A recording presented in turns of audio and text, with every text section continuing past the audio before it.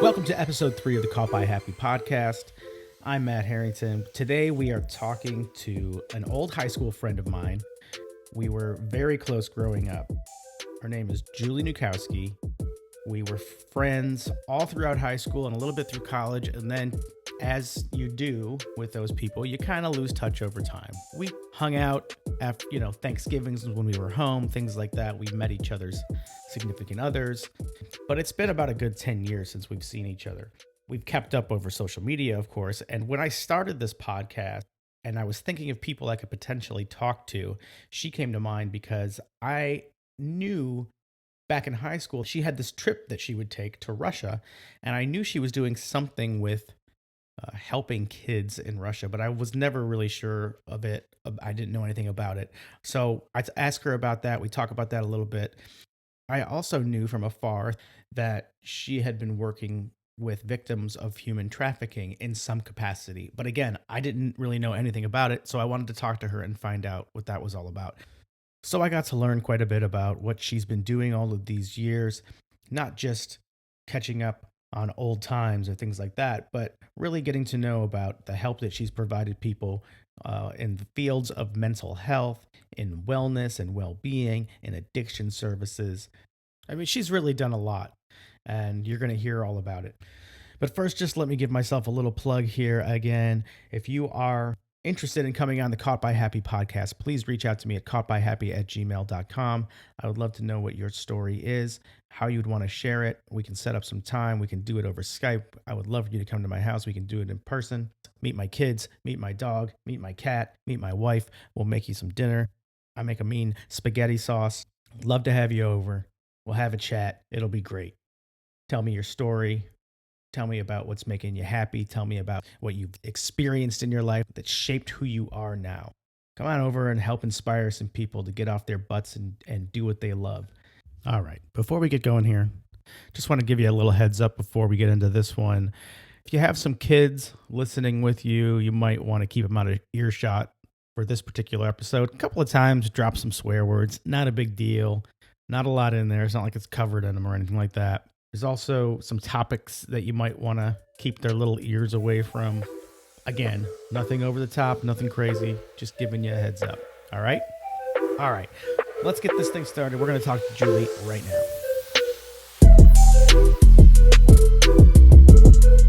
Hi.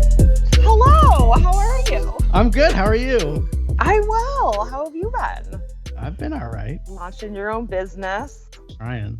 It's been a crazy couple of months for sure. Did you just kind of like dive into it all in overnight, or was it kind of gradual? It's weird. It was like, 8 months of me thinking about it and then getting the push to like, okay, now it's time to do it, like overnight. Okay. So make a decision and do it, or go get a job at another corporate office somewhere.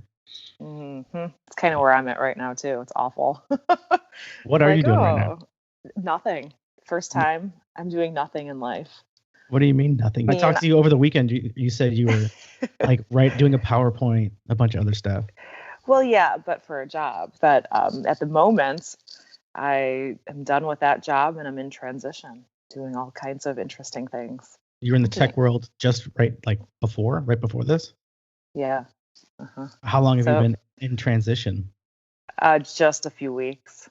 Yeah. This is like maybe my third week. Are you going stir crazy? Uh-huh. I've been meeting friends for lunch. Well, and the thing is we'll hey, you know what you can do? You can start a podcast. Yeah, I could do that. I could. I'm not very good with like trying to come up with big ideas like that. You're good. You're like, oh yeah, I could totally interview people about how happy and awesome they're doing in life right now. So you figured it out. Yeah, we'll see about that. I heard your first podcast. So yes, I'm back in school. I'm getting another master's degree. Another. So what is that? Oh, I collect them. I collect degrees. Like how it's many my do little you have? figurine collection. God, this will be my second master's, and I have a law degree too. So yeah, I don't know. It's like a thing. What's your first master's in? Law? School administration.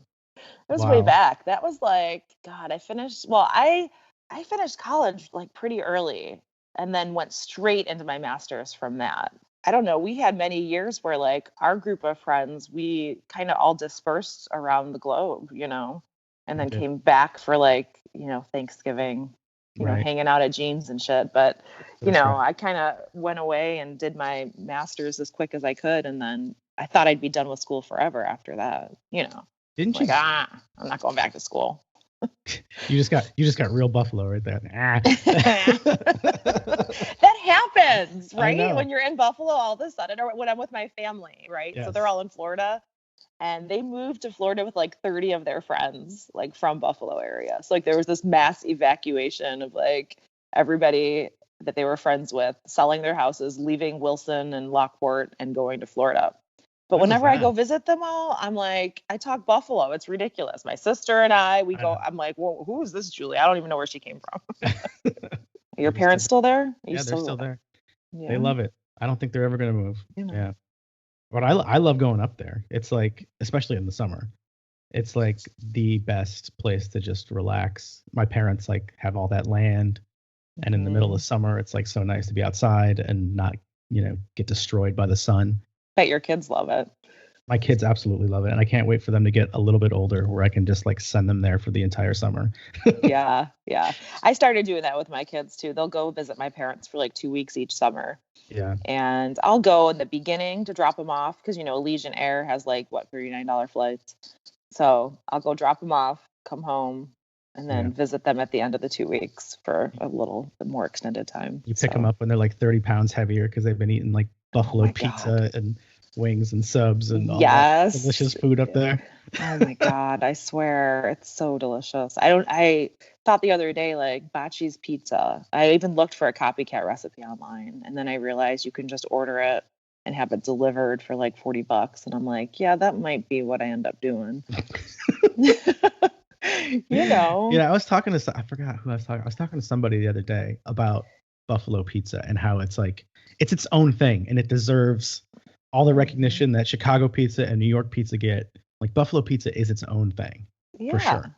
Definitely. It's totally different and it's not replicated anywhere. I mean, you've lived away for so long. I'm sure you've tried all the different pizzerias trying to find something even close to similar and you still can't. Well, there is one place that you can get it outside of Buffalo. Okay. It's in Charlotte. Okay. Where my sister lives. They've got this place called Bazante. The guy who owns it is from Buffalo. I think his brother has Franco's Pizza in Buffalo. Anyways, he opened up 2 locations in Charlotte, and it is legit buffalo pizza. It is. In Charlotte, North Carolina. Okay. All right. Well, maybe you should get me in touch with these people. Maybe I'll start another franchise here. Go get your masters. Go get your masters at UNC Charlotte.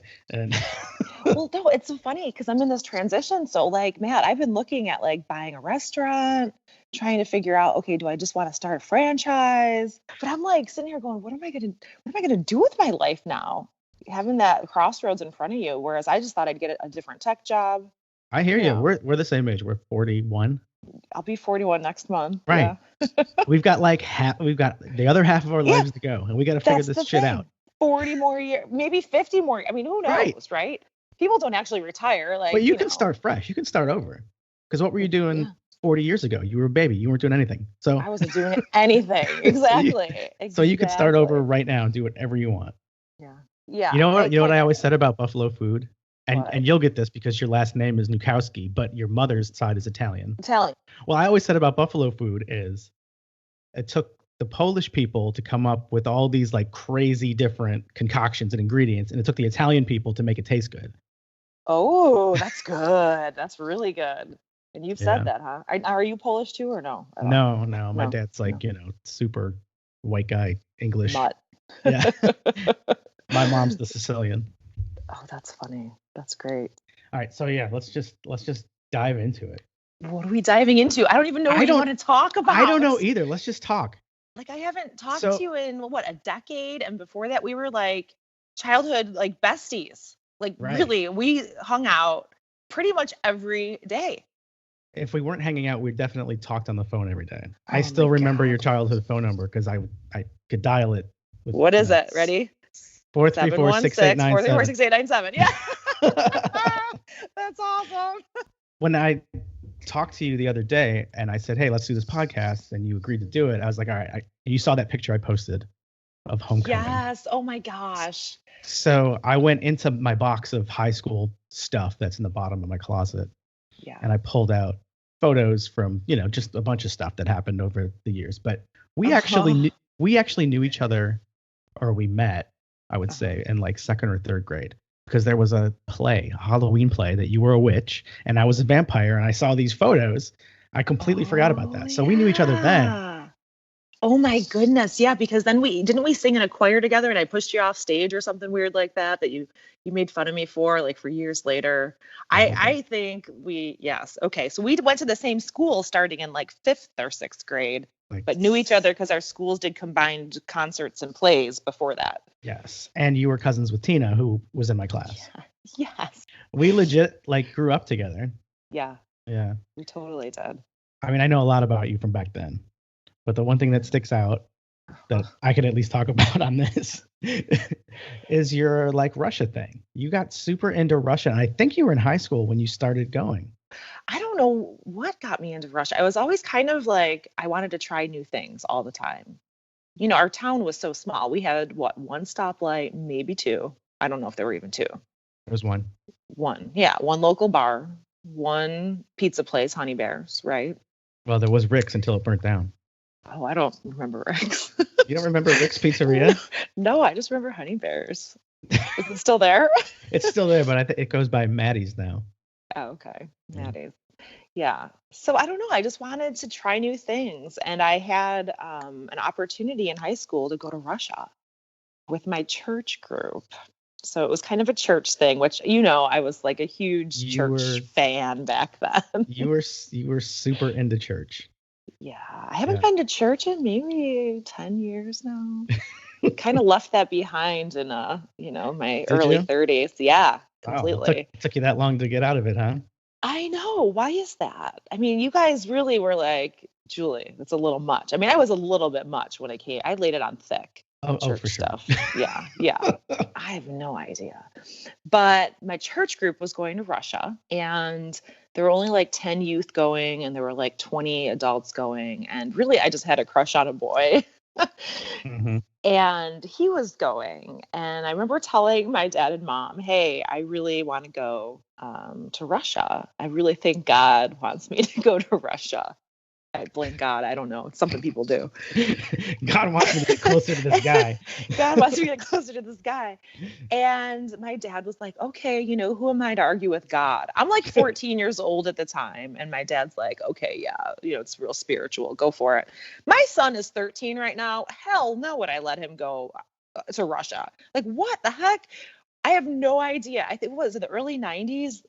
Communism had just fallen. There was a huge state of unrest, maybe even how it is probably in Ukraine right now. I decided to go to Russia at age 14 and just fell in love with it. How long were you there? Were you there for like the summer or? No, I think it was about 2 weeks, if that. And it really opened my eyes to just the whole difference in how people live, different interests, different foods. But the biggest thing that had impact on me was the orphanage I went to. Mm-hmm. So that was kind of what changed my whole trajectory. It didn't even change. It kind of set my whole trajectory for working with families and families with children who have special needs and working with kids who get taken away from their families. Because when I saw that at the age of 14, I didn't realize it was probably actually pretty traumatic because there were like babies lying in cribs. I think there were like 30 cribs in this one room I broke into. I wasn't supposed to, but since I was so curious, I just kept like looking. I would like go down the corridor, and I remember just like looking behind doors, and I saw all these kids in cribs, and they were like tied to the sides of them and stuff. Oh my gosh, with like zip ties? No, like rope, like tethered. Wow. What city were you in?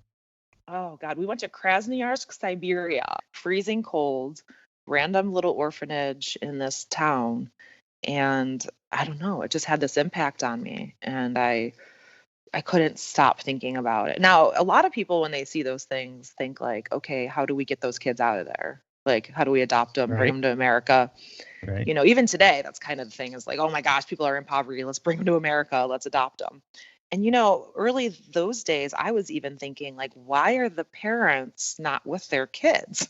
Like, what's going on in the lives of these people that they feel like they have to give them away to an orphanage, or are they getting taken away from the parents? Like, what the hell's going on? Yeah. So I started researching, and at that time, Human Rights Watch was just a thing. We didn't have the internet yet. So I remember, like, at some point in the next few years, I wrote Human Rights Watch because they did a report on the state of Russia's orphans. And I had it mailed to me. So for a while, I don't know where it is now, but I had this booklet that kind of explained what was going on in Russia with orphans and the orphanages there. And it just totally kind of changed my whole life as Man, to why I do what I do.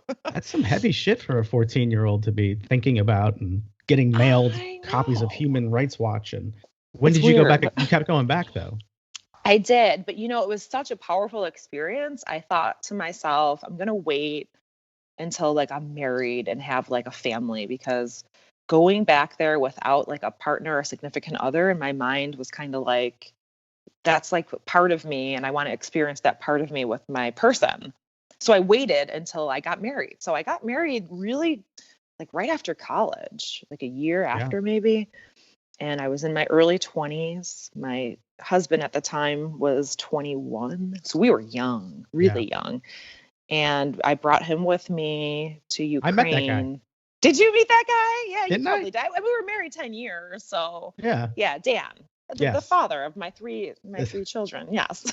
I remember he Which, was a nice guy, and I remember that he was a pastor because you were still very yep, churchy. I Um, was. but I remember thinking, hey, he's a nice guy, and he's not very preachy. That's cool. He's not telling me what to do. But yeah, he's a great guy, still is. I mean, obviously we share parenting of our kids, but for some reason I wanted to wait until I had that experience to go back to Eastern Europe. And so yeah, since then, I think I probably have been 15 times, maybe more. And my ideas of working with vulnerable families and stuff kind of evolved over the years. But for a while, we both were working in full time, fundraising, bringing people over to Russia to kind of understand the situation over there and saying, hey, this is something that is a real big deal. And really, things hadn't changed much in the orphanage system over the years. The things that you do to help support the orphan population are just drops in the bucket to the huge social issues that actually still exist over there, Yeah. clearly. Did you ever find out Hmm. what happened to the parents, what the circumstances were that led them to put their children in orphanages or have the children end up there? Yeah, and that's where I think, when I was thinking about coming on and talking about these things, I hate the whole horror side of things like orphanages and foster care and human trafficking. So I always try to kind of skip over the horror. But really the horror, the awful side of it is just that things like addiction, things like Hmm. mental health challenges in people's lives, things like giving birth really really young, not being equipped to fully take care of a child. I mean, things that exist in Russia, actually I found out over the years exist here in the United States as Right. well. Yeah. So the whole opiate epidemic here. And I mean, honestly, the things that orphaned children in Russia are the same things that orphaned children in America. And I would say, the population is very similar. I just didn't realize, my mind didn't put all that together until I started learning more and more about it over Yeah. decades. But Does that make sense? yes, it makes sense. But like, are Russian people coming here to the United States to visit the U.S. orphanages?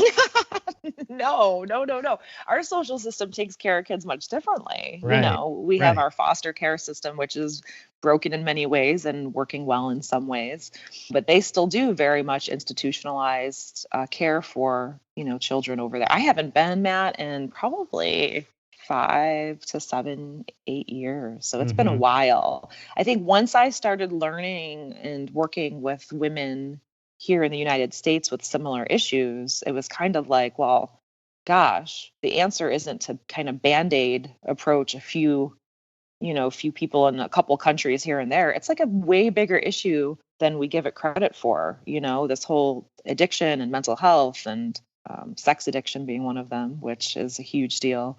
Why we have a lot of this human trafficking and things like that. So I don't know. I think when you think about the horror side of things, there's my God, it's happening everywhere, right?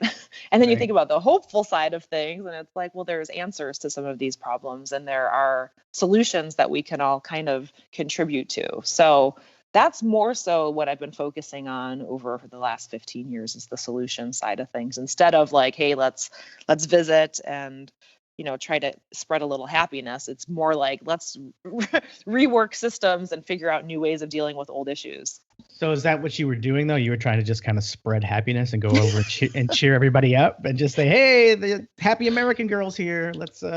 Unfortunately, in the early days, that's what a lot of us were doing. What did they call? I think Christy, someone else we grew up with, called it voluntourism, where you're kind of volunteering, but you're also seeing the culture. The first group of Americans I went with to the orphanage back when I was 14, they actually dressed up as really creepy clowns. Yeah. I mean, I hate clowns.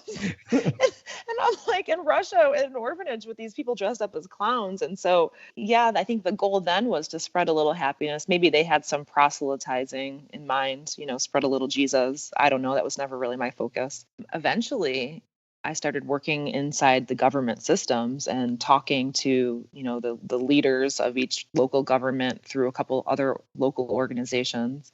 And that's when you learn, okay, what do you really need? What's really going on? And how can we support the work that you're already doing? And I think when you start asking those questions, people will start to answer, oh my gosh, here's what I really need. So that's when I first experienced seeing a little girl being trafficked out of an orphanage. Okay, tell me about that. So we were in an orphanage director's office. And so this was fast forward. I've been married maybe 7 years or so. We'd been back and forth to Russia a handful of times. And so we started asking a lot of those questions. How can we support the work inside the orphanage already? And the orphanage director kind of said, well, we have what's that one movie, like Great Expectations, where there's like a benefactor? It's a book actually, right? Yeah. And so like the orphanage director was like, well, we have these benefactors, these Russian guys. And it just didn't sound right. It was kind of like one of these like, well, what do these guys donate? And she's like, well, they donate like, a fence for the kids or a playground or a TV, and they donate. It was just kind of weird. And the next day, we were playing soccer outside with the girls and the boys, of course, and the girls had like just little soccer outfits on, ponytails, and they had like play clothes on, whatever. The girls went inside, and these Russian benefactors pull up in like it wasn't like a limo, but it was like, in Russian terms, like a really fancy car. And the benefactors come out. The little girl that I was just playing soccer with had her face like caked with makeup. She had a little halter top on and a mini skirt. And she had a little overnight bag with her, and she hopped in the car with these benefactors. Jesus, how old is she? 13 to 15. I mean, at the age of exit of an orphanage in Russia is like 14 or 15. They're pretty much, they graduate. We call them graduates at that point. And so she's at that age, that very vulnerable age where it's like, oh, yeah, my Russian papas are going to take care of me for the weekend. So that was, so she's, went away in the cars with them. And, all of us Americans were like, holy shit, like we just saw human trafficking. And the orphanage director is letting this happen because this guy is giving money to the orphanage, right? I mean, let's talk about Jeffrey Epstein and his donations to Interlochen music school or, in Michigan. It's like, this is what they do to get access to some of these younger kids. So I saw that. That was probably in 2003, 2, I don't know, right around then. Well, what did you do? What could you do? Did you just kind of stand there shocked for a while? Yeah, I mean, we were all really shocked. We had prayed about it later, had a meeting about it later. But really, the organization we work through in Russia, because it is a government organization, they do have ways to kind of be whistleblowers if they see things. We kind of let them handle it at that point. And we have had several orphanage directors removed for those types of things. But then they look at, us with suspicion if they know that's kind of a reputation. So you've got to be really careful. There are organizations like International Justice Mission, Human Rights Watch, some other organizations that do kind of work to remove people that are shady like that. But it's so hard. I mean, we're talking, this is like Russian countryside. It took us 4 hours to get there by bus in the middle of the snow, no bathroom in sight on the way. You know what I mean? It's not like it's easy to find these places. Right. I don't know. I mean, there's story after story of us seeing types of things like that, but that was the one that was just really kind of hit me. And I'm like, what the hell is going on? From then on, it kind of became what I did professionally. All right. So you came back to the States and you stopped going to Russia for the past 7 or 8 years, you said. Yeah. And you're focusing on human trafficking here. So that's what I ended up doing. I at that point, several years, I'm trying to think how many years went by, but I was still going to Russia and working within the government trying to strengthen things. And in fact, I helped start some programs for moms that were at risk of abandoning their kids, how to keep their kids with them instead. So that's what I started funding, finding donors for stuff like that in Ukraine and Russia. I started a nonprofit organization. It was called DOMA at the time, which means the idea of being at home. If there was not like a home for the kids, how do you create that semblance of home? Mm-hmm. And over time, that became pretty successful. My husband at the time and I raised a lot of money for different efforts and programs. And I don't know, I started having my own kids and it got really hard traveling with 3 little ones over to Russia. Right. Right. So I had Did you bring your kids to Russia? I did. They've all been. Yeah. Okay. Judah was as an infant, like age, I think he was 4 months maybe. Sadie was as an infant, where, I mean, she was like on a Bjorn in front, like, and some pictures and videos that I have. And I'm just like, oh my gosh, I forgot about this. I mean, I was in high heels in Ukraine walking down a camp driveway. The lights went out and I have this little infant with me in my me in my heels. Right. They never take them off. Right. So it's just kind of like it got too hard to travel. And Dan was still traveling at that time, bringing donors back and forth. So I kind of said, well, we've got this pretty successful nonprofit. Let's see what's going on in America. Mm-hmm. And that's So the goal of the nonprofit was to raise money to help the mothers who were at risk of abandoning their kids. Yes, exactly. So very much like, how do we stop that orphan cycle? What can we do instead of on the other side of things? How can we prevent this type of situation from happening? And it was really a beautiful time in life where Dan was kind of raising some money for things like that in Africa as well as Russia. I had these 3 little babies at home and learning about all that. But it was like almost like fast forward. It was going so quickly. Everything was like, wow, people were interested in it. Let's see it. Let's do it. Let's fund it. It's working. Great. Nowadays, when you think about fundraising in nonprofit world, there's a lot that goes into data and outcomes and output and grant writing and, but when you're moving that fast and you're doing things that a lot of people aren't doing and a lot of people in America want to get involved with, it was just like, I don't know, it was great. It was fun. Finally settled down in Columbus, Ohio, put our roots down here. I think that was around 2008 or 9. Because you were where before? You were in Northern Virginia? Yeah, because I was living in Loudoun County for a while. And then Dan and I lived kind of you were in Richmond, right? And I think we were in Hampton, Virginia. Because didn't we drive down and see you for the day or something? I think I came down and met up with you for lunch and Dan got to meet you then. I think so. Yeah, you were in Richmond because he was going to school there, School of Theology somewhere, like Union maybe, I don't know. So you're in Columbus. All over. Yeah, I lived in Colorado. Yeah, so I'm in Columbus. Trying to figure out, okay, where can we put these efforts for program development, working with moms that were abandoning their children. One of my friends was like, well, have you checked out Judge Herbert's court for women coming out of human trafficking?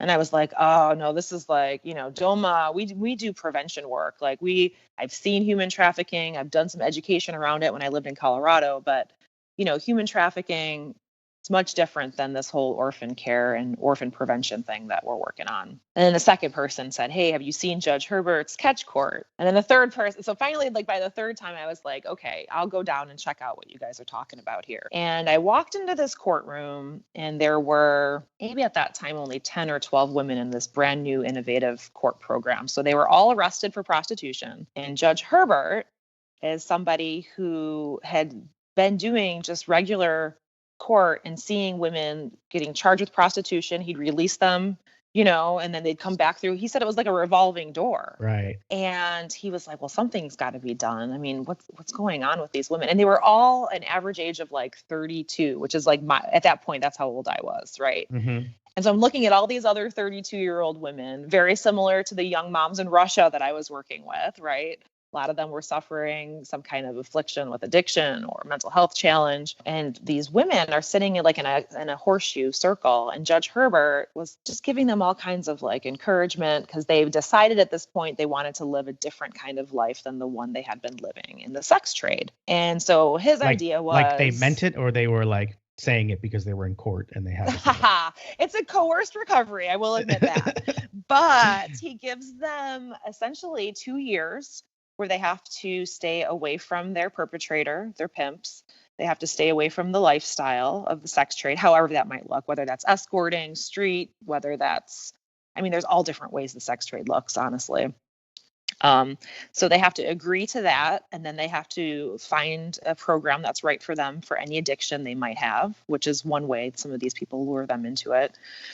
And then he gives them 2 years of wraparound care and support and services. And it just is like this magical place where people are like, thank you. My God, I didn't know I could get out of this life. I'm sitting in the courtroom hearing these stories that sound a lot like the women in Russia's stories, that sound a lot like, the human trafficking situations I taught in Colorado a little bit about. And I'm just thinking, oh my God, like this is happening in America. And Judge Herbert finally asked them, how many of you women have, a relationship with your dad? And like nobody raises their hand. Then he's like, well, how many of you were abandoned by your mom before you were like age 10 or 11? And like half of the room raises their hand. Mm-hmm. Then he's like, how many of you women have children that you don't have custody of at the moment? And every single woman in the room raises her hand. And I'm like, oh shit. I'm like, here's an orphan cycle right here in America. Here I was traveling around overseas trying to, figure out solutions to a situation where these women are all here, my age, my kids' ages, and they are in the foster care system.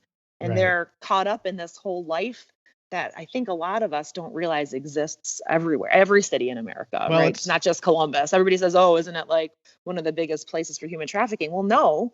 Maybe, but we also have been fighting it for many more years. And so the reporting and the data looks a little different because we've defined it, I didn't even know Columbus was a hotbed of human trafficking. Yeah, they say that. It's, it's kind of in the statistics as like being one of the up and down 71 corridor.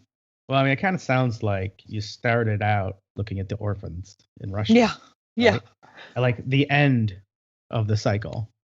Mm-hmm. And you've just worked your way back to trying to figure out what the origin is. And you found yourself in this courtroom where now it's the mothers. And this judge is asking about even before that, how many have a relationship with your father? How many of you were abandoned by your mother? So you're just getting back further back to the origin of whatever is causing the issue in the first place.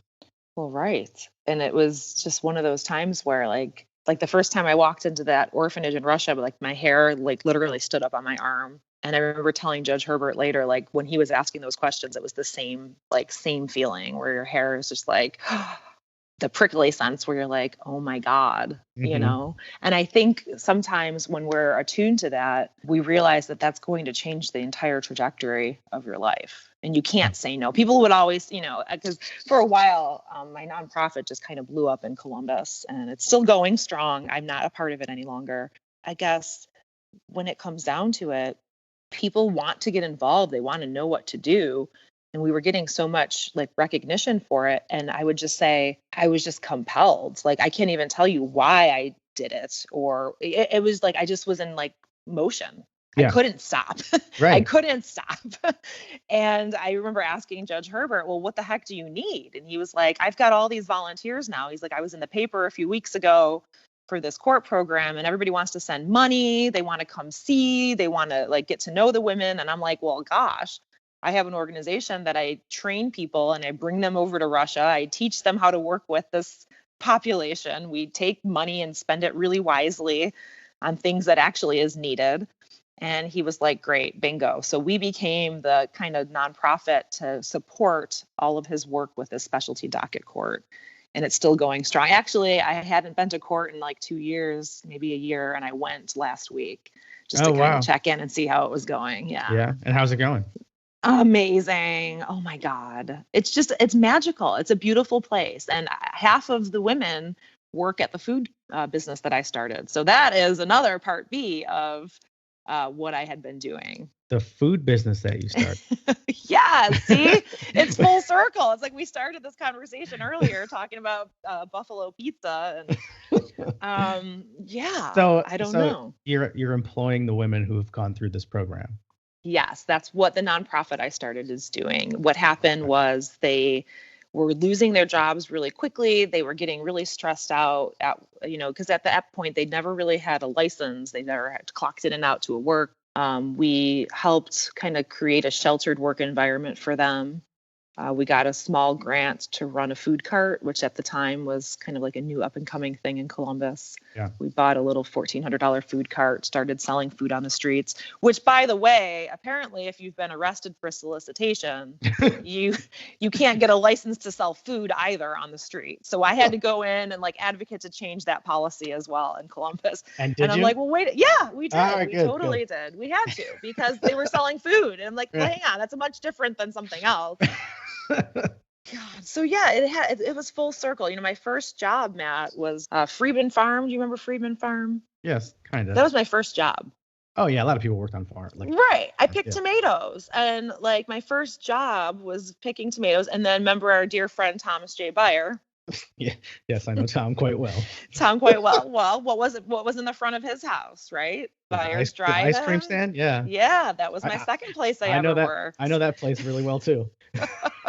Man, those subs were so good, weren't they? Holy cow! The subs? Yeah, they had They had steak subs. I remember going in for breakfast after tough nights. Oh, gotcha. Yeah, gotcha. So I don't know. I kind of did this love of food business for the women to work at, and that's still going strong. So I grew that to about $500,000 profit. I was kind of sick of raising money at that time, and now it's going well. I think they employ 20 some women still exiting human traffic, or still in the city who are exiting human trafficking. Yeah. So when I think about what's next for me, it's going to be something to do with food.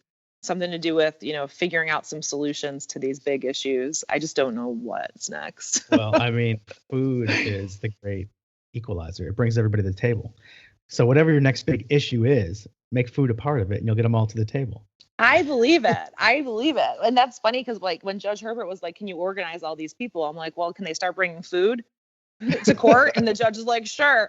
And in fact, when I was there last week, I took a picture where it says no food allowed in the courtroom because I didn't ever see that. Because of course I'm Italian. You can't tell Italian no food. Right. Right. So there's a loaf of Di Camillo's in their purse. Yeah, exactly. It's like, hey, you hungry? Yeah, it was a really fun time. Like I said, for the last 5 years, I've been kind of working in the tech world. I took off from doing nonprofit stuff. So were you in the tech world kind of before, on part-time or off and on, and still working in the human rights and human trafficking, or did you just make a complete switch and go right into the tech world? Well, I did have a short stint at America Online. Oh yes, I remember that. I remember that. Yeah. It was when it was dial-up, and I was a teacher, and one of my students had a dad who was I don't know if he was one of the original founders, but he was there from the early days, and he gave me a job there in the summertime, and then gave me a full-time job doing, I think I was a systems analyst. I don't even know what that means to this day. But you were the person who mailed out all the CDs to people. No, I was analyzing why they kept disconnecting. Why I would go and then you'd be like, crap, what do I do now? I had to make maps, and I don't know. I made maps. Then I met Dan and left and got married. So I did have just that short stint, but really my boss recruited me, my current, where I was there for almost 5 years. He recruited me from the nonprofit world because he saw that I really took nothing and made something out of it. So the startup side of things, I was a builder, and it was very strategic. I kind of joke and say, we bought a food cart, but honestly, I did all the data on the analytics and a Yeah. business plan, and I knew all the revenue coming in and out, and I knew what our profit margins were, and all the things that you need to know to start a business and launch a product. Was really familiar to me. For some reason, it was like I'd never done it before, but it was easy. It was the fun part of it. It was the analytics. So he hired me to help him launch a couple of new products that he was inventing. So he'd had a technology firm for about 30 years and had a couple new products coming out. And so I ran the operations. Those have launched, and it's kind of like, well, now what? Yeah. I took those years, and I hope everybody's happy with my work there. It was fun. It was fast paced. It was everything I love to do. I built a product, but in the meantime, my nightstand has been full of really random books. Things like, sex offenders and how to have treatment for people in addiction. I mean, oh my gosh, at one point after my divorce, I was dating people, and I'd be like afraid for them to see my nightstand with all the random books I was reading about, like, human trafficking and mental health issues and borderline personality disorder. So I kind of informally have been learning more about all of that for the last 5 years, trying to put the pieces together to kind of crack the code. I don't know if I've cracked the code yet, but I've got a lot of ideas, and I think there's a book in me somewhere. But you're going back to school right now for clinical mental health counseling. Yeah. So it's in you. It is. It is. And it's really fun. Like, I don't know. I used to hate creepy shows. And the last 2 years, I think I've watched everything on, like, all of the Mindhunter, all the yeah. Well, and you know what's funny, Matt? You knew a lot about me in my childhood, but one thing you don't know? You ready for it? Oh no. My mom. Yeah. She is a survivor of a serial murderer's attempt. What? Yes. Get out of here. I forgot about all of this. When I was in grade school, I just never told anybody. But I was there. You were there? Yes. All right. Give me this story. Okay, so this serial murderer is known as the Beauty Queen Killer. Okay. So if you Google it, you're going to find out all about it. And was all this the like pictures, a Western New York thing? Nope. Across the nation, all these pictures of these women that look just like Carmine. Okay, they look just like my mom. My mom's like beautiful blonde, like big round face. And he was going down, I think, from California all the way trying to make it to Canada, and he was killing people along the way. So he has, like, I think 15 or so murders in his repertoire, and he makes it to my mom's house, and I'm playing in the backyard. And he's trying to escape. The house you grew up in?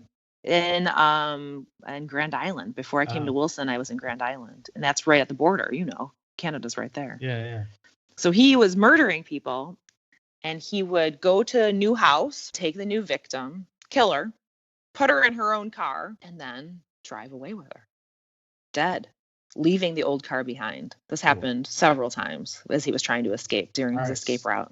So how did it go down with your mom? Obviously, he didn't get her.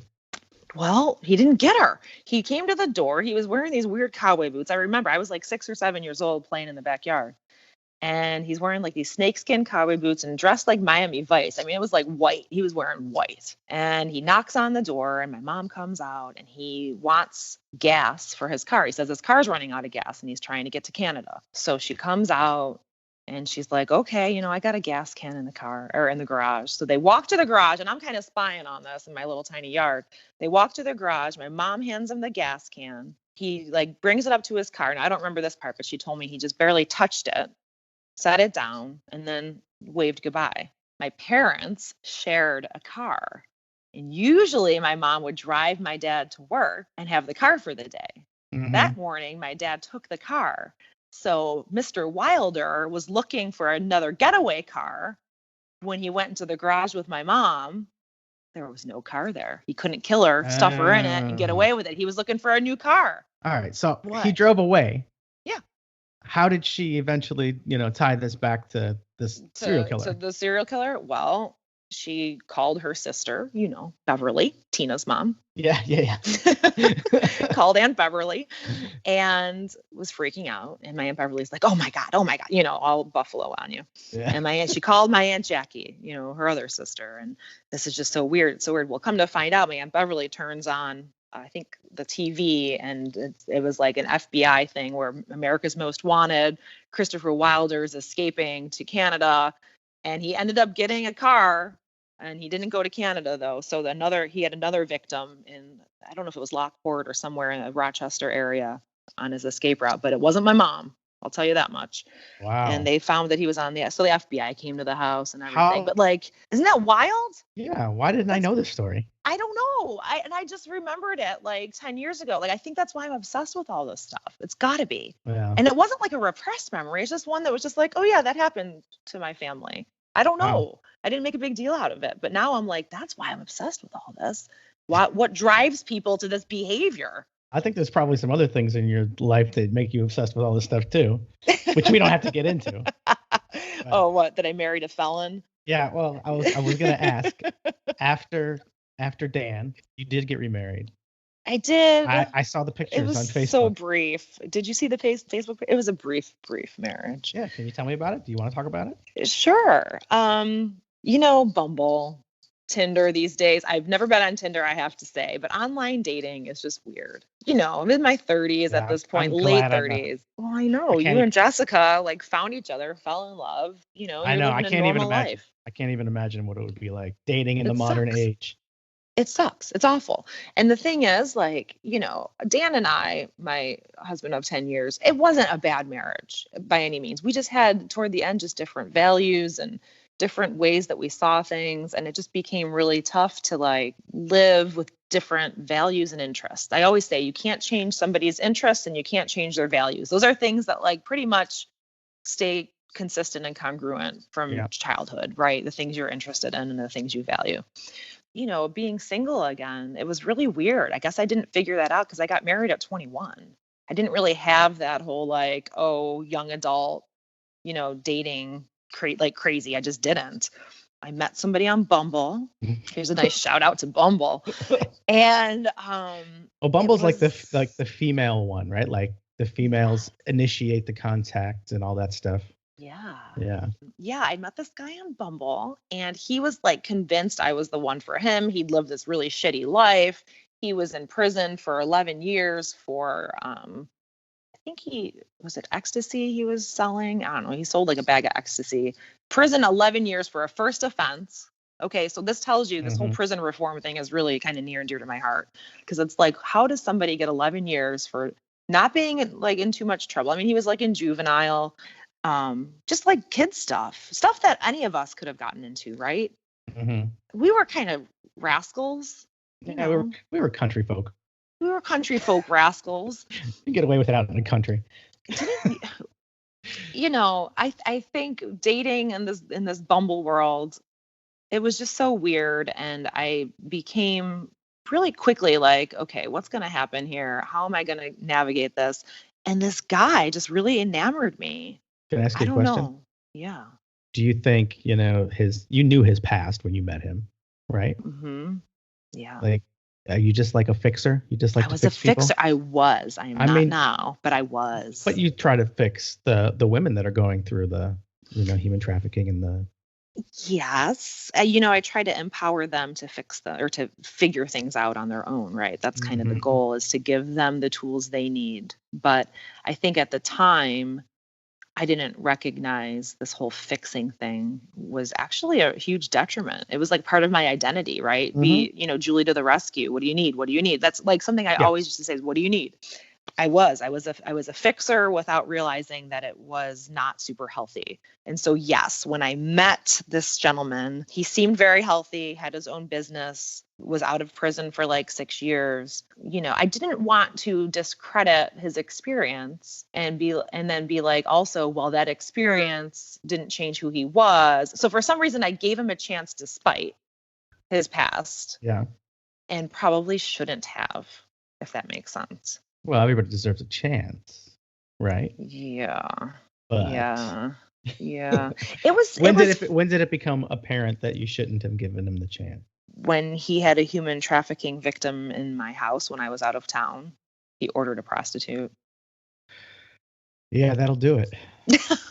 Well, and in my mind, I'm like, how incongruent is that with who I am as a person? How can this person really love me, know all these things I fight against, and then I'm out of town and I find out he was on drugs and I didn't know. So all these things that like he kept hidden from me Yeah. for the months that we courted all came out like literally right after we were married. Oh my And it gosh. was like this huge, holy crap, how does this happen to people? I was really blindsided by it. It sounds really crazy because I'm not stupid, right? But I see now how victims of domestic violence get into it because a lot of times you really are a little naive to what's really going on with this person in front of you. So he did. He had addiction issues. He's sober now to this day, which is awesome. Actually, I give him a lot of credit for that. So he had an addiction issue. He had, well, yada, yada, yada. Like I joke, but like, the sex Mhm. thing is really huge in relationships. Mhm. And, human trafficking and these big issues. Human trafficking is what, like a $30 billion industry? It wouldn't exist if it weren't for people's demand for sex, right? So, in him having this person over to my house when I was out of town, and I found out randomly, it was like, what the hell did I just get into? This is way further away from anything I ever wanted for my life. So that didn't last very long, unfortunately. It was Yeah. like I was kind of duped. And he jokes and said that. Like he got me a card one time that was like, it said, to the woman who knows me and married me anyway. And like he wrote inside, well, actually, you didn't know me till after we were married, but thanks for loving me anyway. I'm like, Wow. yeah, no.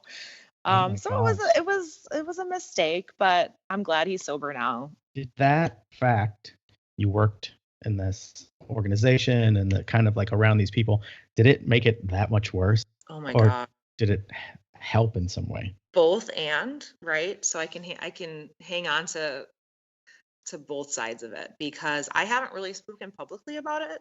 I think I recently posted on Facebook a little bit about that part of my journey because it was so shocking. It was like embarrassing. It was, oh my God, I'm in this really strange, random situation that I never thought I could be in. And at the same time, it gave a lot of life and a lot more depth to my understanding of how these types of relationships do happen, particularly when the women are most vulnerable, right? I mean, I was looking for love. I was looking for somebody to have, I mean, we had so much fun together. I just was blind to some of these other darker aspects of his life that I literally was blinded to. Yeah. And so now I'm grateful for that experience. It kind of did propel me on to study clinical mental health because there were a ton of mental health issues there with him that I didn't know.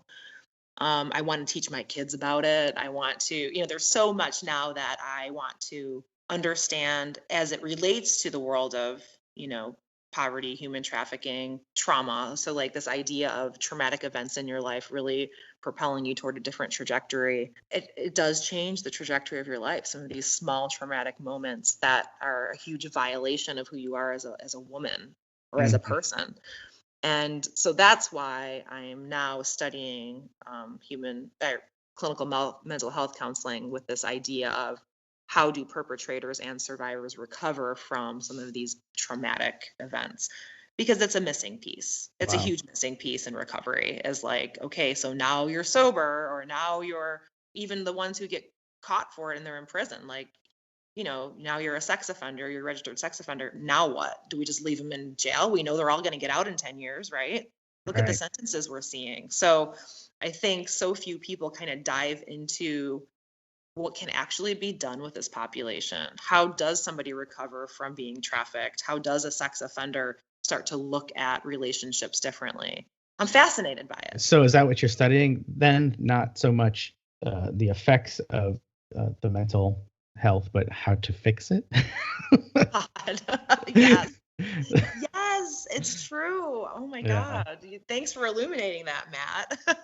No, I mean, you're a fixer. You've always been a that kind of person. You've always But been a I fixer. think there are solutions. I really do. I don't think we have to accept that people like Epstein and his money and his power can have access to that many young girls. And it's just going to be, I mean, Oh, my no, I know. daughter is 11, right? Right. My other Yeah. daughter's 10. Like, do we have to accept that this is just the way the world works? Of Women course can't not. No, no, vote, no. Of course you know? not. So I don't know. I do think there are solutions. And so, yes, No. that's why I'm studying it. No. Well, the reason why I asked is because it is, it is something that is lacking. Because you're right. The solution is, well, throw them in jail and they're there for 10 years. Or, we'll get them the treatment that they need and now they're sober. But there is no long-term care. Yeah, and that takes somebody wanting to be out of that oppression. But I think as humans, we know what love is. We know what healthy and unhealthy is. I think sometimes people just get so wrapped up in, I don't know how to get out of it. And I think giving people that option of, hey, here is a way out. Are you struggling with this? I would really love to come up with some solutions for people that don't believe they have a way out. So I don't know. We'll see. I think you're going to do it. I think you're going to do it. You're a driven person.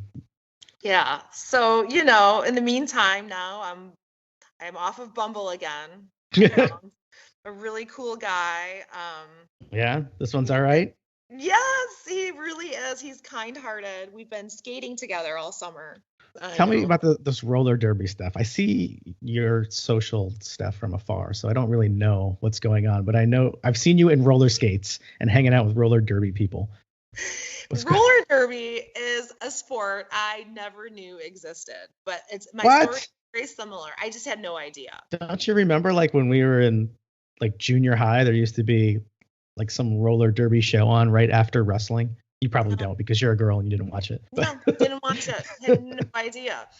But I know that I love skating. I heard there was like you can go try it out for a night to see if you like it. And from that moment on, I was hooked. Like, you literally learn how to fall. You learn how to, like, I don't know, hit things. Like, it's just you skate. And I was a terrible skater at first, but they kind of bring you into their fold and teach you, how to do this awesome sport that's super aggressive. It's full contact. It's a great stress release. I would imagine. People that are just like, we just have so much fun with it. And it is, I don't know, we're honestly like just a group of people that get each other. Like, I don't know how many people you can say, hey, I love this full contact sport where you beat the crap essentially out of each other, skate in circles. Right. Go fast and hit people. It's so fun. And so I did that for a little while. I'm only on the rec league right now because the commitment level is so big. So when I went back to school, I had to pull back a little. I was only on the rookie team for a little while. But I still go to the games and cheer on my friends.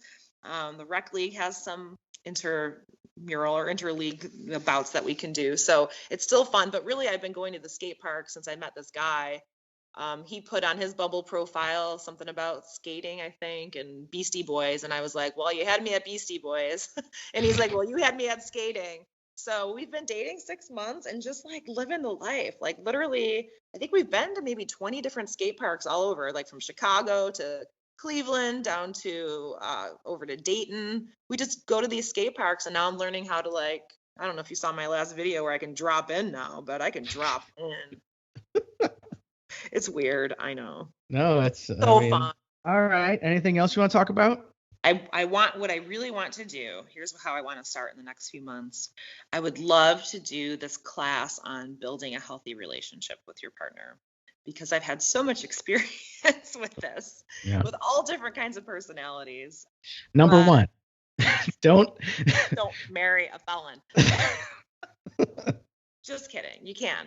But you have to understand all the different layers of a healthy relationship. And there's like different capacity levels that people have for intimacy. And so I do want to start a class in the next 6 months or so. I think when it comes to getting involved in your community, just know that there's tons of nonprofits people can volunteer. Your neighbors one looks awesome. And then really, like, for people to kind of trust their gut, like when they're young and they, feel that, your hair kind of like, oh my gosh, I'm so interested. Like, you've always been interested in this media and multi-formatted media, really. So like, you've always had a draw to that. So I guess I know you're right. And it's not just when you're young, it's also when you're old and you got those hairs sticking up. My biggest thing is not only trusting your gut, but, and I'm learning this now, is to stop giving a shit about what other people think and yourself, like your own self-doubt and the voice inside your head saying, well, maybe you shouldn't do that. If you really feel it in your gut, you got to block out everything. If there are 20 people telling you what you're about to do or what you are doing is silly or dumb or doesn't make any sense, but there are 3 people who are like, yeah, you know what, do it. It sounds like a good idea. Do it for the 3 people. And who gives a shit about the 20? I totally agree. I think taking those risks, that's where you're going to find the most fulfillment in life, is when you finally are like, okay, I'm going to take this risk. I started that food business despite, even Judge Herbert had said, don't food business. My sister was a caterer. Don't do it. Don't do it. And it's had smashing success, even without my involvement. So like sometimes even just like saying what you're thinking, helping other people process. It's really interesting once you stop giving a fuck. Did you read that book by any chance about the art of not giving a fuck? I think there's also a TED talk about it. Yeah, look it up. But Okay. it's amazing how you do get in the way of your own self sometimes. Yeah. So, well, Julie, thank you so much. All right. Well, good talking with you. Yeah, good talking with you too. Hopefully I gave you some interesting things. I don't know. Well, we'll see. We'll see if anybody listens to it. All right. Sure they will. I'm sure they will. Matt. All right. All right. That was pretty good, right? Got to catch up with an old friend from high school. Talk to Julie. It was a long chat. But yeah, there was a lot of stuff in there that I ended up editing out just because, you guys wouldn't get the references of these had to be there type stories. But yeah, it was good. I'm glad to see that she's doing well. She seems like she's in a really good place now. So, I'm happy for her. Good for her. If you've been enjoying the podcast, I hope you hit that subscribe button wherever you get your podcasts. And of course, the only way this thing's going to keep growing is if you tell people about it. Tell your friends, tell your family, tell your coworkers, hey, my friend Matt's got a podcast. You should listen to it. It's pretty good. Drones on a little bit, but And remember, if you have a story you'd like to share on the Caught by Happy podcast, please reach out to me, caughtbyhappy@gmail.com, or DM me on Instagram, Caught by Happy, or Facebook. That's it for this week, everybody. We will see you next time. Peace out. Caught by Happy is a production of Harrington Communications Consultants. If you're looking for anything in the way of strategic communications or content marketing, social media, public relations, whatever it may be, hit us up at harringtoncc.net and we'll get you straight.